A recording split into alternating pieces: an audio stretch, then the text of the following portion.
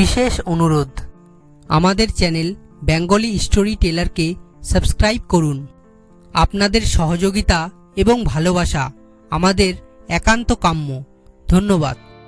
নমস্কার বন্ধুরা, Bengali story teller চ্যানেলের পক্ষ থেকে আপনাদের সবাইকে স্বাগত জানাই। আজকে আমি আপনাদের অবিশ্বাসের শেষ পর্যায়টি শোনাব। প্রথম এবং দ্বিতীয় অংশটি যদি না দেখে থাকেন তাহলে আমাদের চ্যানেলে ভিজিট করে প্রথম এবং দ্বিতীয় অংশটি দেখে নেবেন। তো চলুন বন্ধুরা, বেশি দেরি না করে শুরু করা যাক।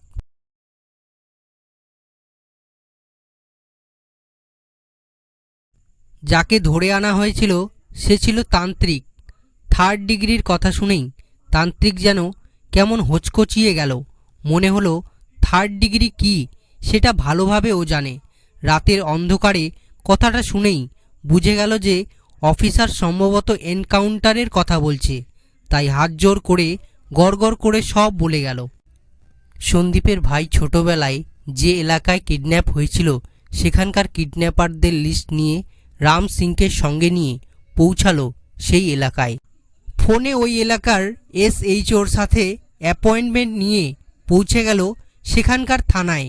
কিন্তু কথা বলে যা জানতে পারল তাতে একটু হতাশ হলো, কারণ সে সময়ে যারা এইসব কাজ করত তারা নাকি সবাই এখন জেলে, নয়তো মারা গেছে।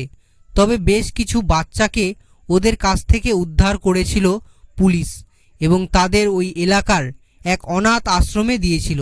বর্তমানে সেই অনাথ আশ্রমও উঠে গেছে। সন্দীপ SHOকে জিজ্ঞাসা করল, আচ্ছা, এই অনাথ আশ্রমের কেউ কি এখনও বেঁচে আছে? আছে, ওই আশ্রমের মালিক এখনও বেঁচে আছেন, তবে অনেক বয়স হয়েছে, বিছানায় প্রায় শয্যাশায়ী।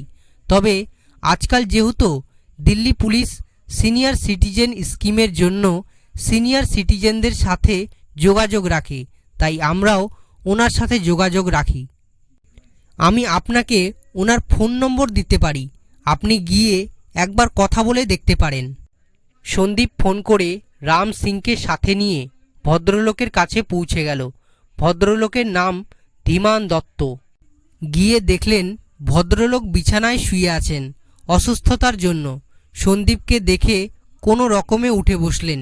সন্দীপ ধীমান বাবুকে ভাইয়ের কিডন্যাপ হওয়ার কথা সব খুলে বললেন, আমার ভাইয়ের নাম ছিল সৌরভ। আমার ভাই যখন কিডন্যাপ হয় তখন ও নিজের নামটা কোনো রকমে বলতে পারত। কি নাম বললেন? সৌরভ। আমার এখানে 2 জন সৌরভ ছিল, দুজনই এখন দিল্লি পুলিশের উচ্চপদস্থ অফিসার। আপনি আগামীকাল বিকেলে আমার এখানে আসুন। দুজনের মধ্যে একজন আগামীকাল বিকেল 5টায় আমার সাথে দেখা করতে আসবে। ও প্রতি সপ্তাহেই আমার সাথে দেখা করতে আসে। তখনই সামনাসামনি দেখে নেবেন যে সেই আপনার ভাই কিনা। সন্দীপ, আপনাকে কি বলে যে ধন্যবাদ জানাবো জানি না। ওনার সাথে না দেখা করা পর্যন্ত আজ রাতে আমার ঘুম হবে না, জানেন। সন্দীপ বাড়ি ফিরে এসে পরের দিন ছুটি নেবে তার দরখাস্ত করে দিল সে। পরের দিন সে এক দেখাতেই তার ভাইকে চিনতে পেরে গেল এবং অনেক গল্পের মাঝে তার ভাইকে বাড়ি নিয়ে গেল। গল্পটি কেমন লাগলো কমেন্ট করে জানাবেন।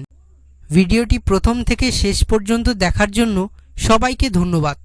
এবং ভিডিওটি যদি ইন্টারেস্টিং এবং অ্যাট্রাকটিভ মনে হয় তাহলে বন্ধুদের মাঝে এবং পরিবারের মাঝে শেয়ার করে দেবেন।